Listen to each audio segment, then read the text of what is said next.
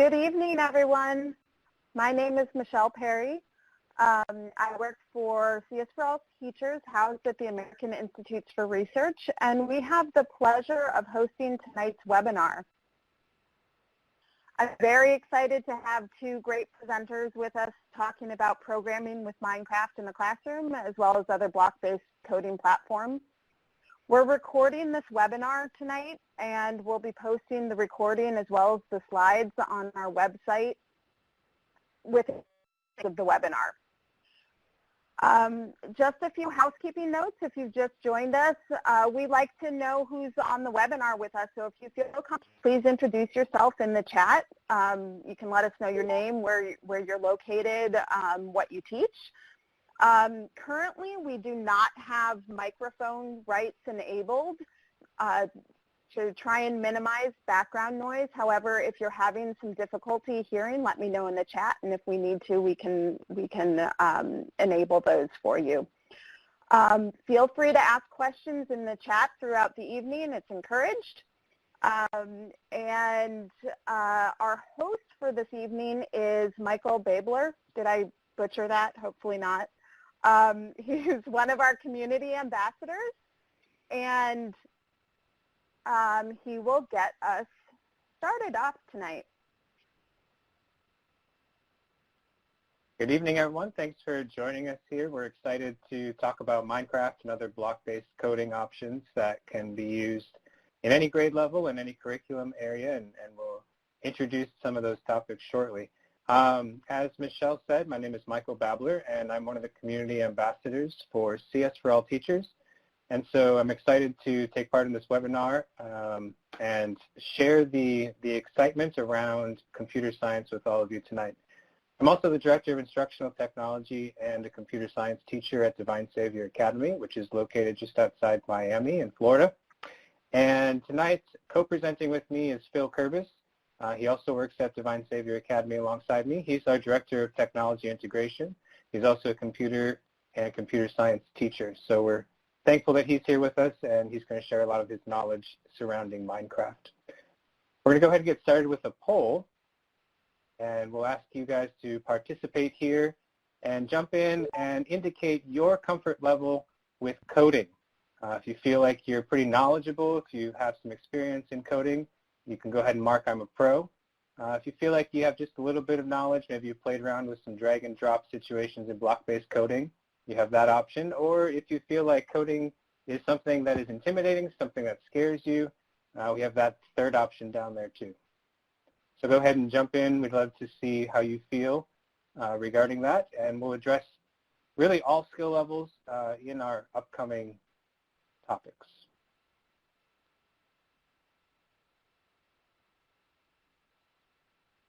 Give you just a few more seconds there to jump in. We'd love to see everyone's opinion here.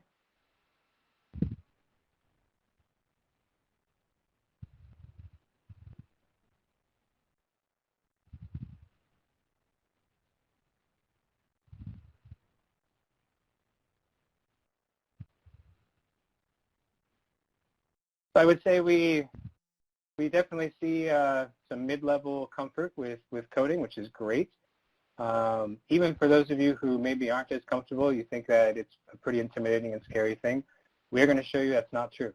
We hope to give you some tools and some resources here coming up that will allow you to integrate all of the basic tenets of coding. And we have a lot of different options and platforms that we're going to share out with you tonight. So we're going to go ahead and move into a few ideas surrounding computer science, specifically what are some of the stereotypes that prevent us from jumping in, maybe as teachers, maybe as students. A lot of people think that it's too difficult, that programming is really scary, that it's a bunch of code and syntax and language that is hard to understand. And maybe you think, I don't understand C++, I don't understand JavaScript, I don't understand Python, I don't know how I could possibly code. And for a lot of students, they might think the same thing too. They see the end results, you can see an app, you can see a video game, but they really don't understand what goes behind that into actually creating that app or video game. And unfortunately, a lot of stereotypes exist out there that really this is something for boys. This is something that boys are into. They're into coding, and not for girls. And really, that's not true either. I've been grateful to see in my computer science classes a healthy mix of both boys and girls, and they both are equally successful in comprehending and attaining a level of success with computer science. So really, these stereotypes are not true, and we want to show you that it is not difficult. We want to give you some easy entry options into coding that you can take back to your classrooms and integrate into any grade level. The first one is going to be Minecraft. We'd like to discuss that because Minecraft right now is a really popular platform, especially among students. A lot of students are playing Minecraft because they are involved in that on their own, outside of school, on their devices. And Minecraft right now is seeing over 100 million active monthly players. So it is definitely something that is being used, and it's being used frequently. Minecraft is also easy to use because it is available across a variety of device platforms. It's not limited just to PCs and Windows-based machines. Minecraft can be played on a Mac. Minecraft can be played on a tablet. And so really, you don't need any special equipment. You don't need beefed-up gaming PCs in order to use Minecraft. That kind of drops down the barrier for entry into using Minecraft in a classroom setting. And so we want to discuss with you all of the options that are available to teachers to use when they're getting started with Minecraft and what Minecraft provides from an education perspective. And so before we do that, I want to present a question to you, and we're going to take some time to answer that question, and we'll come back, circle around, and get into those answers after a little while. But the question is, what might prevent you from bringing Minecraft into your classroom? What are some barriers that you might see? Just thinking right now, without knowing a lot about the platform, perhaps, what would prevent you from starting to use Minecraft in the classroom? And we'll let you answer that question as we go through a few of the next slides and information here. So I'm going to throw this over to Phil, and he is going to start discussing Minecraft with you. Good evening. It's a pleasure to meet all of you virtually. I work with Mr. Michael Babler at Divine Savior Academy and have just experienced just such joys in the students as we have integrated Minecraft in the classroom, especially this semester, the first time we've ever done it at our academy too. So if you are hesitant or unsure about what to expect with the integration, I know full well. So it could be a very intimidating platform, but there are several educator resources that Microsoft, if you didn't know, purchased Minecraft. And they have seen the wonderful engineering and computer science integration possibilities with students and integrating coding in the classroom and for future career readiness, and want to make it as easy as possible for educators. So the resources are really limitless. And we might be thinking that Minecraft is specifically only for computer science class. And conversely, Minecraft goes across the curriculum. There are several worlds that are already pre-made, and you will be able to see a few of these this evening. Topics such as language arts, math, art design, computer science, even chemistry worlds. And if it's still intimidating, they have a whole platform with just learning how to play. So Minecraft was launched this last year with 2 free and open source curriculums, both for younger students as well as middle school aged and early high school students. And they include everything that a teacher would want to see, know, and present, from a teacher workbook to teacher PowerPoint pre-made slides to tutorial videos. I am super excited to show you some of these resources. If you are familiar with other block-based coding that I'm sure Michael will talk about later, there are blocks that you drag out onto a workspace. So you have a toolbox and you drag it out from the tool drawer, various types of coding principles. So a lot of us are very familiar with block-based coding and dragging out blocks. Maybe you've done Hour of Code in your district or school. And Minecraft integrates make code built right within the platform, making it super easy for you to code while participating in the activity. So I'm going to now share my screen and show you a little bit about these resources, where to find them, as well as going through a brief tutorial as to where to get started if this platform seems quite intimidating. And then I'm going to show you a little bit of the coding curriculum and how you can integrate it so easily into the classroom. And if you have any questions, feel free to put them in the chat. I won't be able to see them, but be more than willing to respond to any other insights, questions, or potential barriers that you and your school, your district might have, and to give you some suggestions to overcome those barriers. So we are going to start with the computer science curriculum. If you Google just computer science curriculum, coding with Minecraft, you will come to this page right here. Michael took a screenshot of it. It's built right into our PowerPoint and our presentation, but it's a simple, easy, free download, whether you are doing a coding club and just want to get started with it and see, or if you want to integrate it directly into the curriculum with some older students, you download the curriculum. It is built right into a OneNote file, which looks like this. And you can get started with the General tab. So here it gives you an overview, videos. It gives you the course summary, who participated in it. If your district, they're worried about standards, this meets all of the CSTA standards as well. And it goes, each an individual lesson has different units. The introduction lesson, all of them contain a teacher workbook with the teacher PowerPoint, and the teacher workbook looks like this.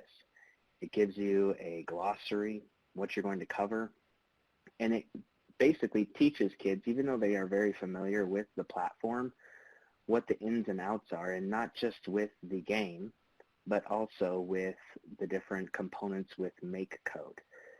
So these little slides actually show you step by step as to what to present, what to ask the students, how you're going to assess them with an entrance ticket, an exit ticket, etc. So an example of a PowerPoint for the introduction lesson, they have their own copyrighted fonts, but you can save a copy, look like this. So we're going to learn how to use Minecraft by coding with MakeCode inside of Minecraft. Has the objectives, asking the students open-ended questions, get some class discussion, kind of brings all of the students onto the same playing field, even if some of my students are experts with potions and mods and all these crazy and almost intimidating terms that I myself are not too comfortable with. So as the presentation goes along, it gives opportunities also to make what they call unplugged activities, where students get off the devices and they learn about the different tasks such as events. And they learn about them using just hands-on materials, like a Rube Goldberg activity. And then that way, when they transition into the platform, they understand exactly what an event is. So when I do this, when I type this command, something will happen. So I'm going to take you into Minecraft. And when you log in using your Microsoft credential, you can come in and click the play, and you'll be welcomed to a screen like this. Your students, if you want them to join one collective world, Microsoft has made it much more easy this year than even last year for them to join a world by plugging in a unique 4-digit code. And it's all Minecraft specific. Short little algorithm, and they'll join a world that they can even play together. Here are some of the educator resources with built-in lessons. They do monthly build challenges, biomes, and even if you yourself are worried about playing, you can click on the start here and, okay, how do you play Minecraft? Now when the world starts, you are playing in first person, and you will be able to move around, and on the left-hand side they have made it so easy that you're able to see exactly how to move forward, backwards, left, right, jump, even fly when you're in creative mode, and to be able to check what they call an inventory. So you're able to put different items inside of your inventory. So as you move around, it tells you exactly what to do. So you begin by pressing W to move forward. Awesome. Then it says, okay, need to back up, you use the S. So here is a very easy way that if you have beginners, maybe yourself included, you learn how to play the game Minecraft, okay? So this is just a great way to start the Minecraft expedition until you become more comfortable with the platform. Such other subjects that you're able to integrate across the curriculum might be lessons on math, for instance. So if I want to learn Common Core grade 3, so here we have several different lessons that are built within the curriculum that will help people to add round numbers, and there's a little video using the good old number block system, a little tutorial. It's all built directly right within the platform. And what I've noticed is that students thoroughly enjoy creating their own world, and that part makes the learning go from, you know, the very rudimentary aspect into creating their own, and that's what we want our students to do. What I'm going to do now is show you how the Minecraft world, according to a recent unit in the curriculum, is integrated into the curriculum. So with the lessons, these are my worlds here. I'm going to just join one of my blocks of grass, and it's creative, and I will play this world for all of you. So one thing that you will do is you see there's a couple other buttons that now have appeared. Because above my inventory, which is located on the bottom of my screen, there are no hearts or food, I know that I'm in creative, which means I'm not going to die. So this gives the students an opportunity to not worry about fighting each other or worrying about crafting and getting health, but instead they are able to be more creative and express their creativity. So I'm going to press the button C, which will get into Code Builder. And initially when you start the platform, it will give you two options. You can join using Tynker or Make Code. This is Make Code that is right within the platform. And if you are unsure, you're getting a little more comfortable with it, they have several tutorials. So if I'm new and I want to know, okay, how do I get Chicken Rain? I can click on Chicken Rain and start the tutorial. And basically when I type in a word chicken, I'm going to have hundreds of chickens that are going to just fly from above me. So I'll click OK, and it gives me step-by-step tutorial up top as to what to do. So I need to change the word run to chicken. Okay, click next.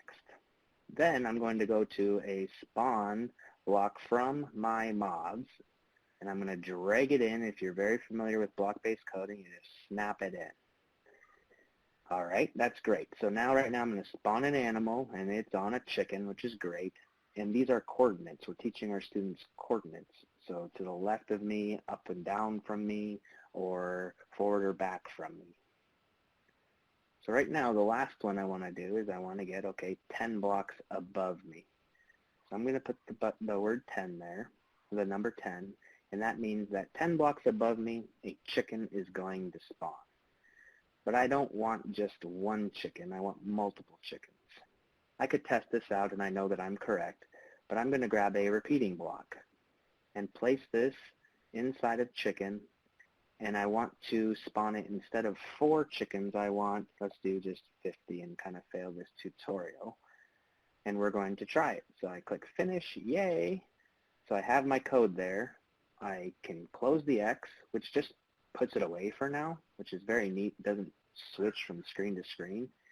I press the button T to talk in the bottom, and all I do is I use my on-chat command, which is chicken, and above me, I will have 50 chickens that will fall. So the students get really intrigued, and they're awesome about that. And then I turn around, and while they're trying to build a lake, I say, well, we can do this with just coding. How could we place water underneath us? And so it's very neat for the students to create their own presentations and their own lesson examples, and are able to use different events in order to make something happen because of the code that they have placed into their make code. So one of the lessons we did was doing a linked wall. And they transition, for several of us that are very concerned and worried about make code, they place simple, easy things like converting it to JavaScript. So it's an easy transition for students to be able to see, okay, my blocks on check command position, and they get used to these variables. And when they place this here, they click the button to do JavaScript, and they're able to see exactly what is going to happen and can try to edit here. So it transitions students from block-based into JavaScript. And actually, at the recent BET conference, they announced that now we can transfer it into Python as well. So similar language, different coding language though, and the students are able to use one platform in order to see their coding at work. So that is a little bit on Minecraft, make code, and an easy way for students to demonstrate their understanding across the curriculum.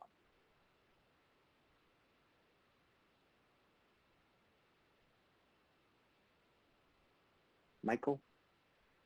So we didn't have any specific questions that were raised as to what might prevent you as teachers from bringing Minecraft into the classroom, but Phil, maybe we can just throw out some common things that teachers might be concerned about. Do they need special devices to play Minecraft?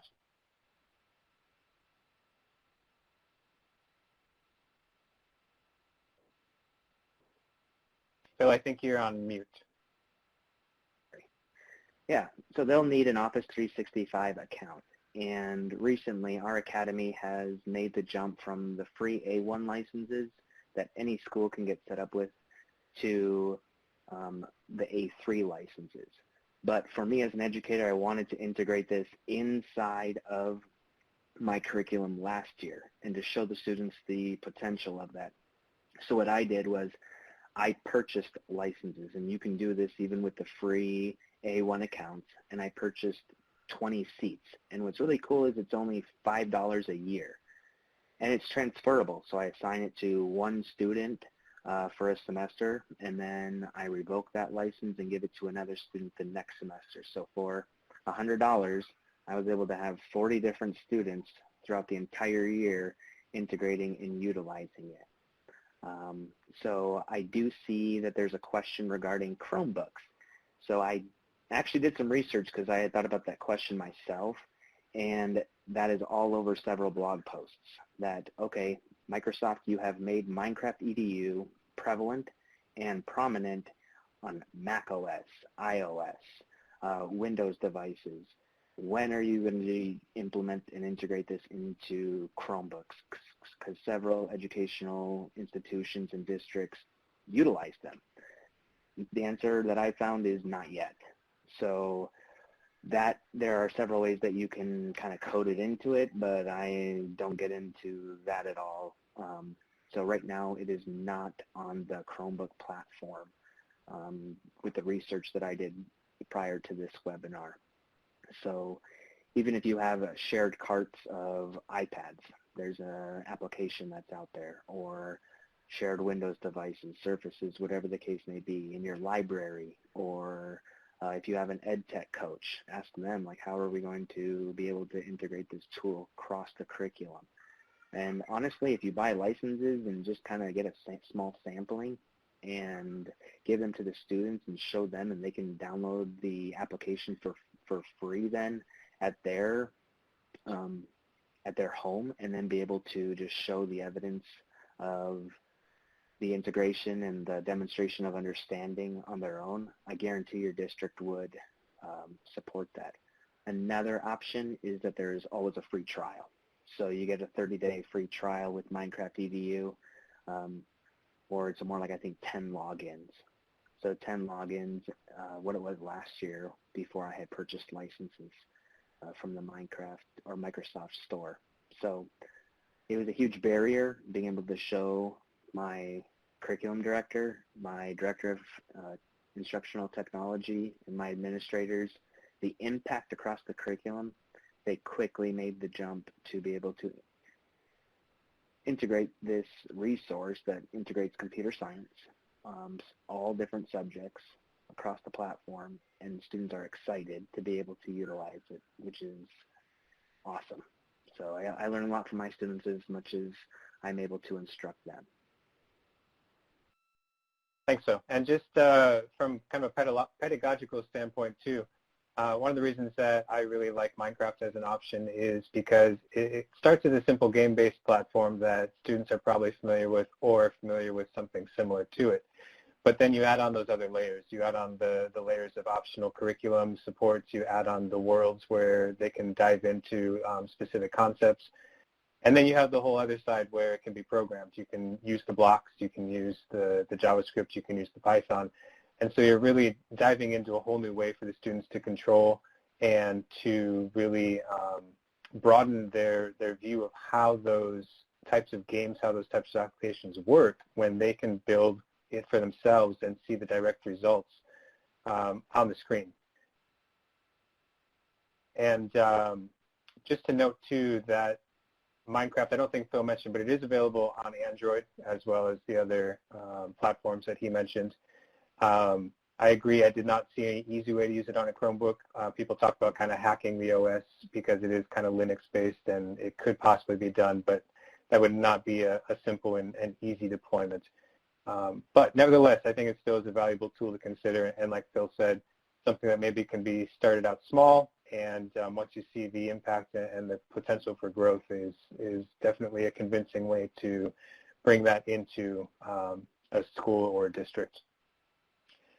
And we're going to go ahead and oh, go ahead. Sorry, some of the integrations that people have talked about with Raspberry Pi, and that's an awesome thing with MakeCode, that if you do have some Raspberry Pi, it is transferable from one platform to another. It's not just specifically for Minecraft EDU, like MakeCode does other things too. If you buy different types of Raspberry Pi, I know that I learned a lot about this just simply from going to ISTE and the Immersive Minds, Stephen Reed. He is amazing and will motivate any educator or district administrator to integrate MakeCode, Raspberry Pi, Minecraft in the classroom. One thing that I didn't mention in the game that I didn't show you was there's a journal. So students are able to integrate some of the English language art skills as they're typing their journals. So if you recreate a world from history, the students research what the time was like at that place. You can assess the students' journals as though they were one of the characters living in that time period. And I know right now it's becoming more and more well known is the Immersive Reader tool. So if students do struggle with reading text or comprehension, the Immersive Reader is built right within the platform. So as they approach a sign and some of that text is just not resonating with the student, they're able to click on the Immersive Reader icon, and it will break it all down for them by subjects, nouns, verbs. It will read it to them. So even if you have students who are ESL or ELL or suffer from dyslexia or any other learning disability, all of those tools are built right within the platform too. It's not going to somewhere else. So I'm sorry I did not cover that in my little tutorial. Addressing Omar's question over there about whether this would be appropriate for an after-school program or club, or just jumping right into a classroom, I see it could go either way. If this is kind of brand new to a school or a district, it might be best to start it in a club setting where you have fewer students, maybe less of an investment overall from a time and a monetary standpoint. And then once those students see how exciting it is and you've got a really core group of students involved in learning and doing Minecraft, it would be easier to make that jump into a classroom, because then those students can also be part of the solution when issues arise or teachers aren't 100% certain of how the platform works or how to use all the different aspects in a class setting. They can be some of that help too. But I think you certainly could jump in feet first if you have a very supportive school or district, and you have the means to do that within a classroom right away. It could be done too. Phil, what are your thoughts about how much training someone might need to really be ready to go with something like the Minecraft curriculum? So Michael, as Director of Instructional Technology, has kind of suggested in a good way, because we implement and integrate Microsoft products, that we become Microsoft Innovative Educators. So we go onto the free trainings on the Microsoft Education website. I think it's education.microsoft.com. Michael can correct me on that in a little bit. But there you're able to pick different pathways. So I earn different certificates on Minecraft. So even if I don't want to go through the different worlds and learn it in the game setting already, it's too intimidating, I can go onto that platform and they give little tutorial videos, questions. I can take short little quizzes and earn little Minecraft badges. It's super easy, and the best part, it's free.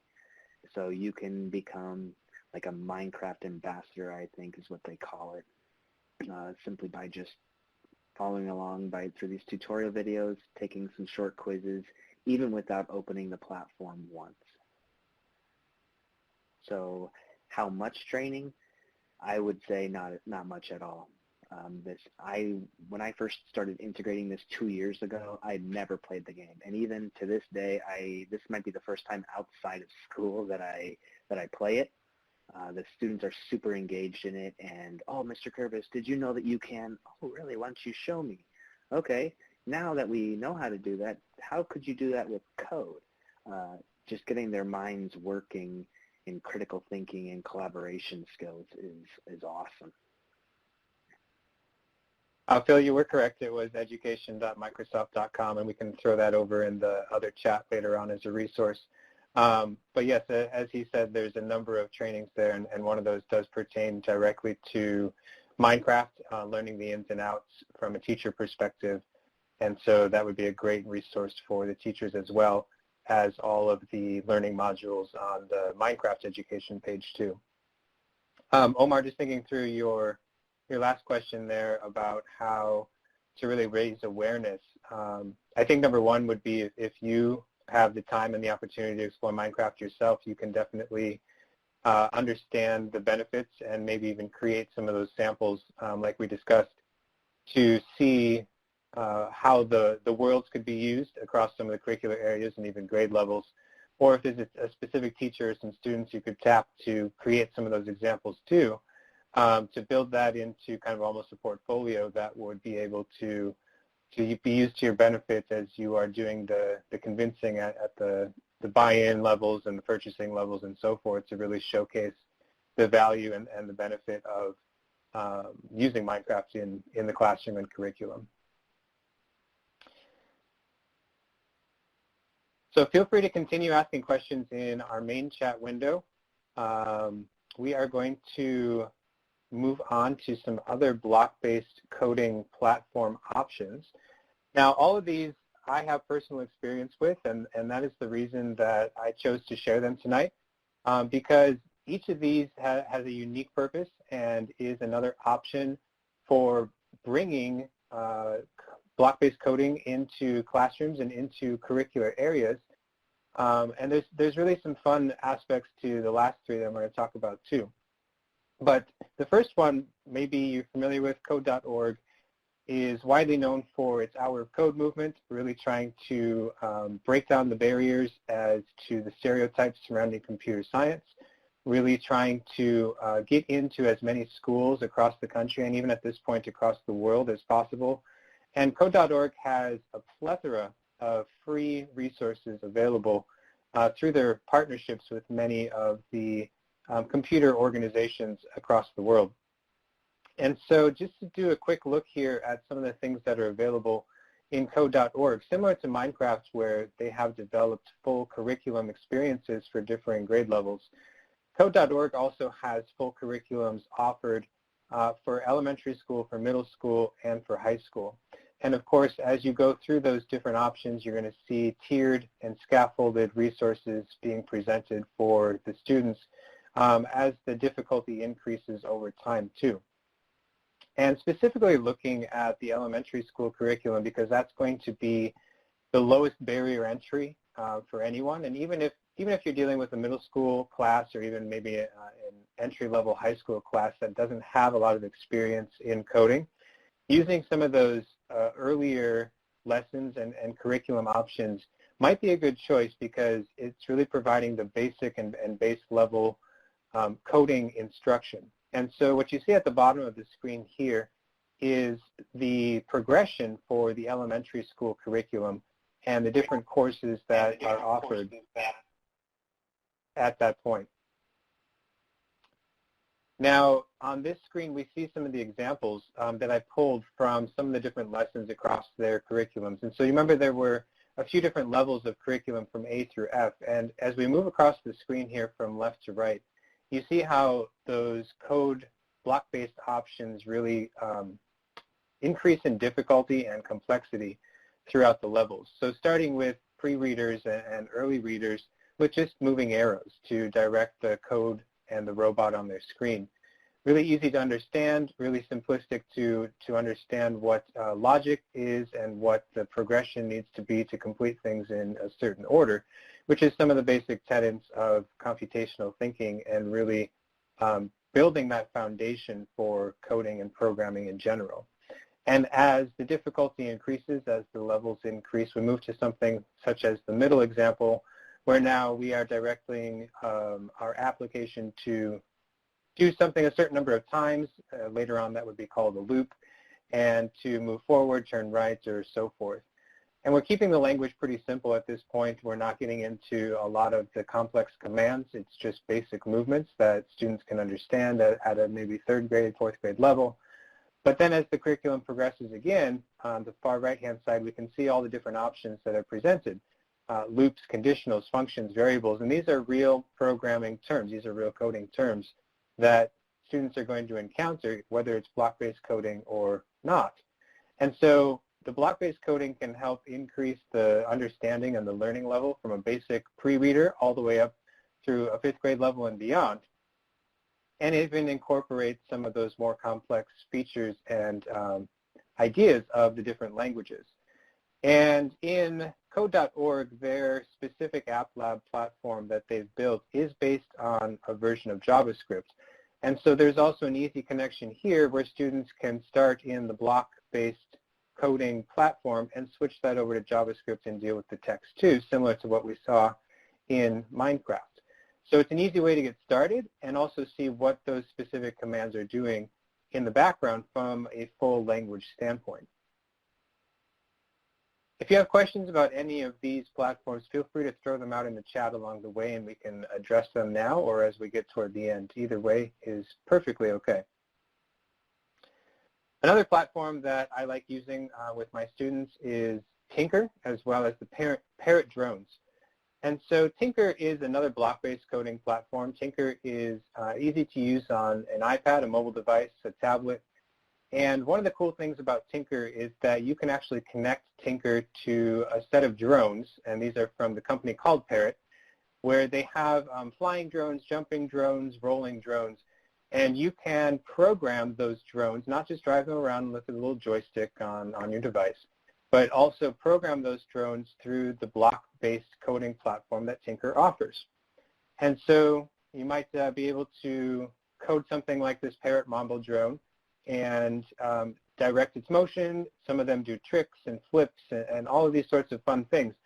And one of the reasons that I use these in my course is once we get to a point that students understand what blocks can do and what blocks can accomplish on a screen, it is really awesome for them to be able to see that in a different real-world setting. The students can put together these blocks and control something that's right there in front of them.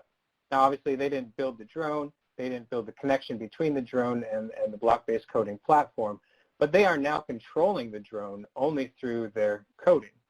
And so it's great to see that immediate action taking place after the students have created something and see how the iteration process really comes into play to work through that code time and time again to correct any of the errors, to correct any of the small little glitches that might happen in the real-world setting as opposed to the theoretical setting of a screen, and to really work through in a collaborative way, coding the drone to do what they want.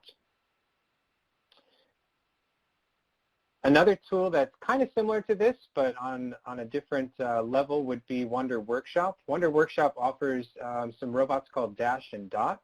They also have another robot called Q. Dash and Dot are the simpler robots to start out with. And in Wonder Workshop, they offer a program called Blockly. This is an app that they specifically have put out to control the Dash and Dot robots. And you can see on that screen, it's again very similar to the other block-based coding methods that we've seen before, where students are able to string together a series of block-based commands and control what the Dash and the Dot are doing. Wonder Workshop provides curricular options as well. They have challenge cards. We actually just used Wonder Workshop for our hour of code in our 4th and 5th grade this year, and they love being able to work through a particular challenge and really come up with a way to solve that problem, coding them on their devices. So again, same concept. It is a great way for students to see an immediate reaction, an immediate way for them to carry out their plan, not just the theoretical on screen, but also that direct communication to the robot. Wonder Workshop does have different app options besides Blockly. Blockly is at that block level based coding, but they have some earlier entry apps as well where students can draw lines and connect different actions into the lines to direct and control the robots. And they also have options to code in regular programming languages, such as Python and so forth. And so some of that comes in if you were to choose the Q option too. The Q option has a lot more programmable features than the Dash and the Dot. But if you want to talk strictly from a low barrier entry point, I would definitely pursue the Dash and the Dot along with their accessory packs and challenge cards to be a good starting point. We use those particularly as an after-school club, coding club for elementary grades. The kids love programming those robots and carrying out those challenges. Here's a view of specifically the Dash robot, and on the right-hand side is the smaller Dot robot, just a small circular robot that is controlled similarly, but they also have here the creativity pack. So it comes with all these different accessories that you can attach or use with the Dot robot. Dash has a similar pack as well. You can see some examples of the curricular challenge cards laid out there on the right-hand side too. The last one that I want to talk about is the Ozobot Evo product. And this one's really unique because Evo is just a tiny little robot. You see it here in this screen, just a tiny little robot. What's kind of cool about this one is you can see inside the robot itself because they have a clear exterior plastic shell. And so you can see all the lights, you can see the little computer chips inside, how the wheels interact, and everything that's going on as the robot's moving. And the basic tenet of Ozobot's Evo device is to allow students to control it by using lines on a piece of paper. And they can draw these lines and use colored markers to create certain code patterns that have been predetermined for the robot to follow and carry out certain commands like turning right, turning left, spinning around, flashing the lights, and all kinds of other fun things. And that's a great way to introduce younger students to the concept of using these robots and how whatever they're doing on the paper is part of what they're programming the robot to do. They haven't actually used any words or language yet to do that, but they're using the colors and the lines on the paper to control that robot. And so it's kind of the initial stages of programming, once again, to build in that logic, to build in some of the if, and, or type statements, to really build a foundation to bring students up to the level where they can now control something like the Ozobot using the block-based language. So again, they have an app where you can use the blocks, just like we see in some of the other examples, to build out a program. You sync it to the device, and they're off and running. Some of these robot platforms we just encountered recently at the FETC Future of Education Technology Conference, which was hosted down here in Miami 2 weeks ago. And we had the privilege of having some of our students attend the conference for some presentations with us. And we stopped by some of these booths because we're familiar with their platforms. And the kids just loved having the opportunity to explore and interact with these robots and seeing what they could do. They got really excited and wanted to bring this back to their classrooms. And when they heard that we had some of these experiences, I'm sure they're bugging their teachers probably on a daily basis to be able to use these more often in their lessons. But really the premise for all of these remains the same as Minecraft. They may not be as explicitly built out for each of these other platforms, but they really can be used across the curriculum, across the grade levels, in a variety of ways. Whether it's for the purpose of learning computer science, learning how to code, starting with blocks, perhaps transitioning into a language-based programming method, or whether it's to use a different way to show a student's knowledge, a different way to assess. You can easily integrate Ozobot into a younger grade classroom and have students draw a map of their community. That's something that's covered in social studies in first and second grade, that the robot's going to follow. And they can give a reason why the robot followed a certain path and tell a story along with it. You can use any of these robots in a creative way in pretty much any curricular method. Something that the Dash robot includes as an accessory pack is a little xylophone. So I'm sure you can imagine ways to incorporate that into a music classroom. Sounds like a lot of fun. I'm pretty excited about all of these. I've used all of these personally. I allow the students to use them as kind of a culminating project to our semester because, again, like I said, they've really had a lot of practice using a block-based language and seeing what that does on a screen, but it's a different story when it comes to having something perform right in front of you what you've just told it to do, even through something as simple as block-based coding. It's a wonderful low barrier entry into the programming world. It can be accomplished by boys, by girls, by first graders, by 10th graders. It really is universal, and that's what I love about all these tools. I'd love to take any questions that you have at this time if you want to put anything over there in the chat window. I see that we have something regarding costs. So as far as these robots that I've showed, we started out honestly with me just purchasing one of each. I saw it, I said, oh, that's cool, I want to try it, I want to learn more about it, I want to see how we can use it. And so the initial cost to get an Ozobot is less than $100, I believe. The Parrot is less than $100. I think the Dash is a little bit more. I don't recall the specific cost on that one. But again, if you're just buying one of these to test it out, to start it out, we're a small private school, so we don't have some of the title funding and CTE funding or things like that that we process through to get grants for this type of technology. But if we can justify its use and have a solid plan, and that comes through honestly testing it out ourselves initially, we can put it in a budget for a following year and do some professional development with the teachers who are going to be using it. If they get excited about it, they're going to use it in their classrooms, and the students are going to get excited about it too. I think that is definitely one of the other aspects to consider, is really building consensus from the teachers. Because if you don't have that, if you don't have teachers who are super techie, who are super open to some of those new technological tools, it's going to be a lot harder for you to integrate those things into those classrooms.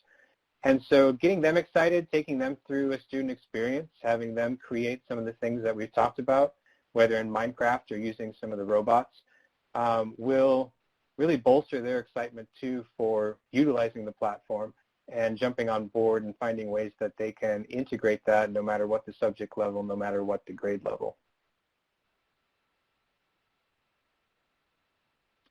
Do we have any other questions that we want to throw out to get answered, either about Minecraft or about any of the other block-based coding resources that we shared there?